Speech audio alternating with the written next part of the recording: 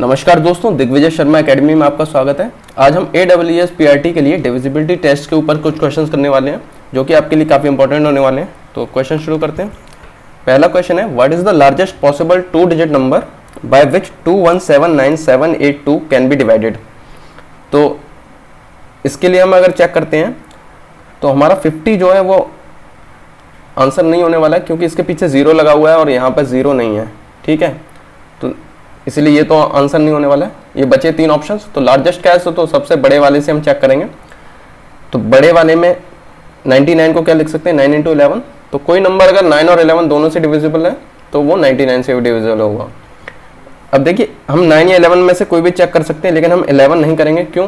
क्योंकि बचे हुए तीनों ऑप्शंस में 11 के डिविजिबल है। तो अगर हमें पता चल जाता है 11 का डिविजिबल ये हो रहा है तो उससे हमें कोई फ़ायदा होने वाला नहीं है। हमें सिर्फ 9 चेक करना है। अगर 9 से डिविजिबल हो जाता है तो आंसर हमारा ये 99 से डिविजिबल होगा। तो अभी चेक करते हैं। तो ये देखिए 99 वाले हम पेयर ढूंढते हैं। तो 2 + 7 एक 9 हो गया, ये 9 हो गया। 7 + 2 ये 9 हो गया, 9 × 3 = 27 और 8 + 1 ये भी 9 होगा। तो 9 × 4 = 36।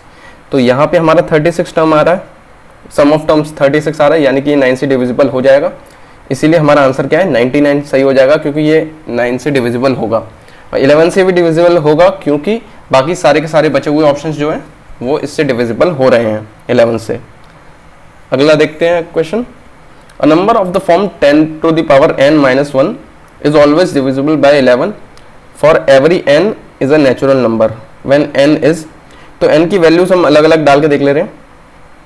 तो ऑड अगर मैं डालता हूँ तो ऑड के लिए 1 डाल के देखते हैं।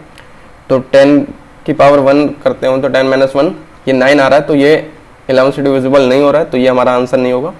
अब प्राइम इसका आंसर नहीं होता क्योंकि इसमें ऑड इवन दोनों ही आते हैं प्राइम के अंदर, इसीलिए ये किसी कैटेगरी में फिट नहीं होता है। इवन के चेक कर लेते हैं।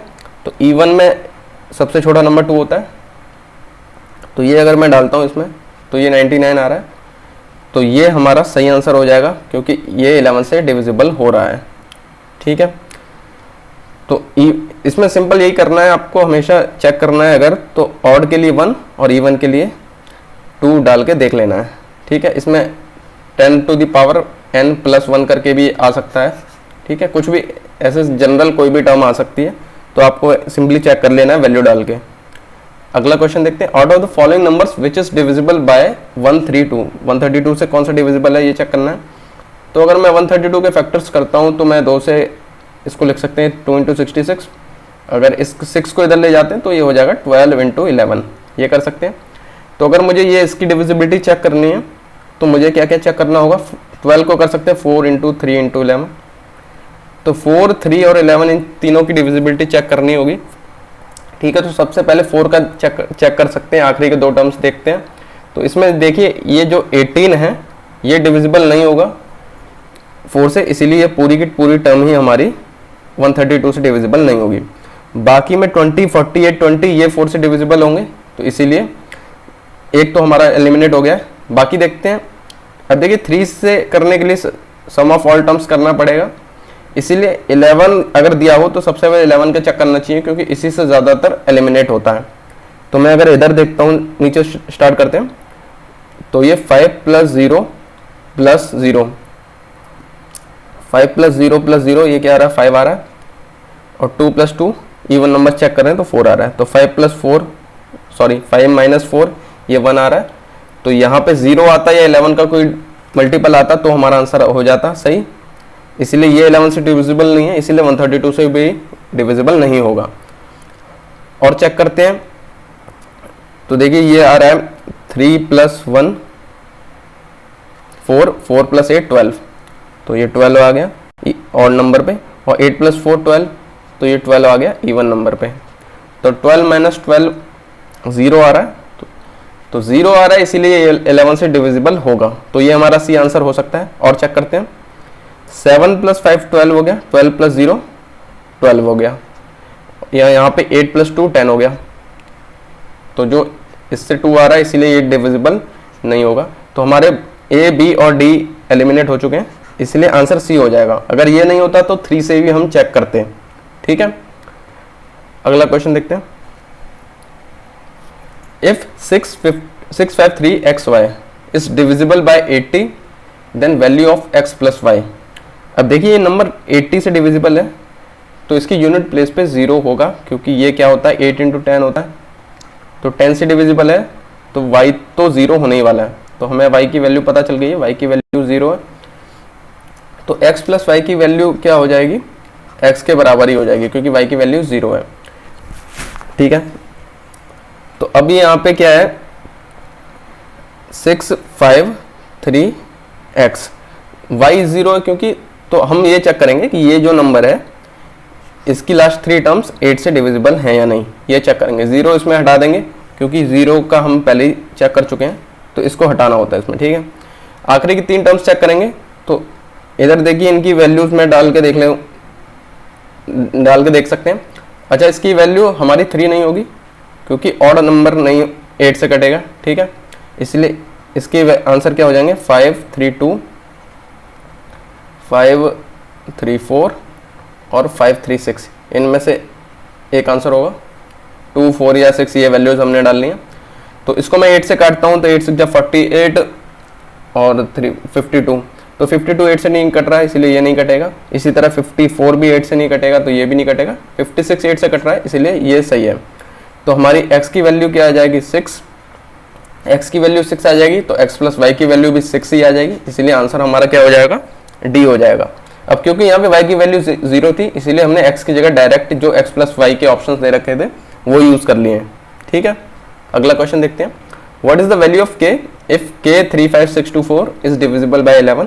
तो इसमें सिंपल 11 वाला टेस्ट करेंगे, तो इसकी वैल्यू ऑड वाले सम ऑफ टर्म्स देखेंगे, k प्लस 5 प्लस 2 7, तो ये हो जाएगा k प्लस 7।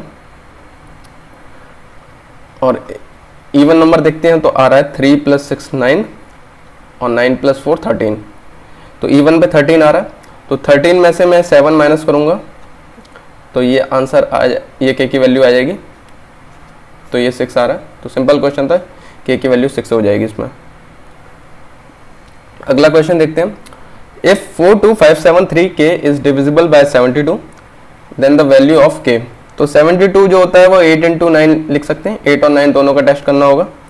ठीक है, अब क्योंकि यहाँ पे देखिए इवन नंबर है, 72 भी इवन नंबर है, तो जो k है वो इवन नंबर होने वाला है, इसीलिए ये 5 और 7 जो है हमारे ये तो ऑप्शन नहीं होने वाले हैं, तो 4 या 6 में से एक होने वाला है। ठीक है, ठीक है, तो अभी इनके सम ऑफ टर्म्स देखते हैं अगर हम, तो ये आ जाएगा, क्योंकि 9 का टेस्ट करना है तो 9 वाला टेस्ट कर लेते हैं। तो 4 प्लस 2 6, 6 प्लस 5 11, 11 प्लस 7 18, 18 प्लस 3 21, तो 21 प्लस k हो रहा है। तो k की वैल्यू 2 रख सकते हैं, या तो 4 या 7। अगर मैं 4 रखता हूँ तो आ रहा है 25, और 7 रखता हूँ तो 6 रखता हूँ, सॉरी 6 रखता हूँ तो आ रहा है 27। इसलिए हमारा ये 25 तो 9 से कटता नहीं है, इसीलिए 6 रख रहा हूँ तो 27 जो है 9 से डिविजिबल हो जाएगा, इसीलिए आंसर हमारा 6 ही होने वाला है इसका भी। ठीक है, अगला क्वेश्चन देखते हैं। How many numbers between 200 and 800 are divisible by both 5 and 7। अब अगर कोई नंबर 5 और 7 दोनों से डिविजिबल होगा, यानी कि वो 5 7 या 35 से भी डिविजिबल होगा। ठीक है, तो सबसे छोटा ये एक तरीके से एपी का क्वेश्चन इसको कह सकते हैं हम। ठीक है, अरिथमेटिक प्रोग्रेशन का क्वेश्चन है ये। तो 200 का को अगर मैं 35 से डिवाइड करता हूँ तो 7 3 या 21 होता है। 70 को अगर 6 से डिवाइड किया जाएगा तो 210 आएगा, तो मैं इसको 5 से डिवाइड करके देख लेता हूँ। 5 5 जा 25, 2 5 3 जा 15 प्लस 17, तो यहाँ 25 आ रहा है रिमाइंडर। तो मतलब क्या 10 और होता तो ये डिविजिबल हो जाता, यानी कि मिनिमम जो टर्म होने वाली है जो 35 से कटेगा ये 210 हो जाएगी, अगली 245 हो जाएगी, उससे अगला 280 हो जाएगा, ऐसे होगा।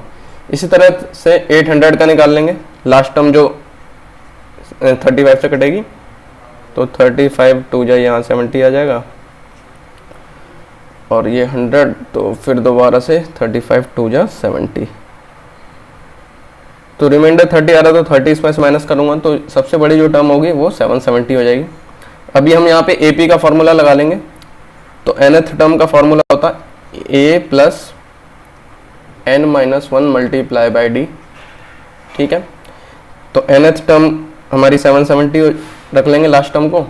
पहली A जो होती है ये फर्स्ट टर्म होती है 210 और n हमें निकालना है। n होता नंबर ऑफ टर्म्स कितनी है वही हमको निकालना है और d होता कॉमन डिफरेंस, तो वो हमको 35 यहाँ पे देखिए 35 है कॉमन डिफरेंस। ठीक है, तो इसमें से इसे माइनस करेंगे तो आ जाएगा 0 0 7 7 माइनस 1 6 7 माइनस 2 5 560। तो n-1 की वैल्यू क्या हो जाएगी 35 को इधर डिवाइड कर देंगे इससे। तो मैं अगर इसको 2 से मल्टीप्लाई करता हूँ दोनों को तो ये नीचे वाला हमारा क्या हो जाएगा 70 हो जाएगा। तो ये 70 इससे 8 टाइम्स कट जाएगा, 8 2 16 आ जाएगा। तो n-1 की वैल्यू आ रही है 16, तो n की वैल्यू क्या हो जाएगी 1 उधर जाएगा ऐड हो जाएगा 17 हो जाएगा। तो आंसर हमारा क्या हो जाएगा 17 हो जाएगा। ठीक है, तो इसमें AP का यूज़ किया गया है, फर्स्ट टर्म निकाली लास्ट टर्म निकाली फिर ये फॉर्मूले में रख दिया। अगला क्वेश्चन देखते हैं। A number when divided by 5 leaves remainder 4, when double of that number is divided by 5 the remainder will be. तो ऐसे क्वेश्चन में जनरल एक्स वाई ना लेके हम सिंपल एग्जाम्पल को लेट करेंगे।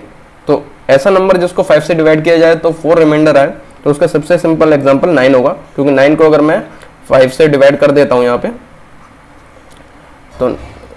तो रिमाइंडर 4 आएगा। ठीक है, तो हमारा नंबर क्या होगा अगर 9 होगा तो 4 आ रहा है रिमाइंडर। इसका मैं डबल करूँगा तो 18 होगा। तो 18 को 5 से डिवाइड करेंगे तो क्या रिमाइंडर आएगा, वही हमारा आंसर होने वाला है। तो इसमें क्या हो जाएगा रिमाइंडर 3 आ जाएगा। तो यही हमारा 3 जो है ये आंसर हो जाएगा इसका। ठीक है, अगला क्वेश्चन देखते हैं।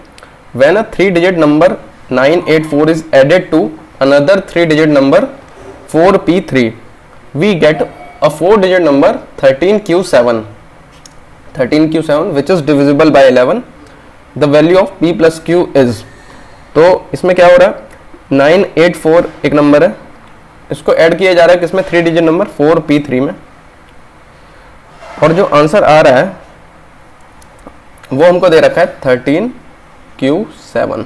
ठीक है, तो इनको ऐड करता हूँ 4 + 3 तो 7 ही आ रहा है। इधर देखिए 13 दे रखा है तो मैं इनको 9 + 4 भी 13 होता है, और यहाँ जो आंसर आएगा ये वाला वो हो जाएगा 8 + p, 8 और p का सम हो जाएगा। ठीक है, अब यहाँ पे p की वैल्यू क्या होगी, p की वैल्यू या तो 0 हो सकती है या p की वैल्यू क्या हो सकती है 1 हो सकती है। अब 2 क्यों नहीं होगी, अगर 2 होता तो यहाँ पे कैरी होता, ये 13 + 1 14 हो जाता। ठीक है, अगर p की वैल्यू 0 होती है तो हमारा ये जो टर्म आएगा ये क्या आएगा 13 8 + p यानी कि 8 + 0 तो ये 80 हो जाएगा और ये 7 आ जाएगा। ठीक है, p की वैल्यू 0 रखे तो ये आ रहा है सम ऑफ टर्म्स, इन दोनों को ऐड करके ये आ रहा है। 1 रखता हूँ तो क्या आ रहा है 13 9 7। ठीक है, आंसर हमारा इन दोनों में से निकलेगा। तो एक और कंडीशन दे रखी है, वो क्या दे रखी है 11 से डिविजिबल होने वाले हैं ये, तो 11 से डिविजिबिलिटी टेस्ट कर लेंगे। तो 8 + 1 9, 7 + 3 10, 10 - 9 यहाँ पे 1 आ रहा है, 0 नहीं आ रहा है, इसीलिए ये वाला तो हमारा आंसर नहीं होगा। आंसर यही होने वाला है, चेक कर लेते हैं एक बार। 1 + 9 10 और 3 + 7 10, तो 10 - 10 क्या हो जाएगा 0 आ रहा है, तो इसी से आंसर निकलेगा। तो आंसर पूछा है हमें p + q पूछा है, तो p की वैल्यू क्या हो जाएगी 1 और q की वैल्यू क्या आ जाएगी, इसको अगर उससे कंपेयर करते हैं 13q7 से इसको कंपेयर करते हैं हम, तो q की वैल्यू क्या आ रही है 9 आ रही है, तो q की वैल्यू 9 आ रही है, तो p + q क्या होगा 1 + 9 यानी कि 10 हो जाएगा। ठीक है, तो हमारे क्वेश्चंस आज के यहीं पे ख़त्म होते हैं। अगर आपको ये वीडियो अच्छा लगा तो वीडियो को लाइक कीजिए, हमारे चैनल को दिग्विजय शर्मा एकेडमी को सब्सक्राइब कीजिए, क्योंकि मैं ऐसे ही और भी वीडियोस लेके आने वाला हूँ। आप कमेंट सेक्शन में ज़रूर बताइए कि अगला किस टॉपिक पे आप वीडियो चाहते हैं, तो मैं उसको बनाने की पूरी कोशिश करूँगा। मिलते हैं अगले वीडियो में।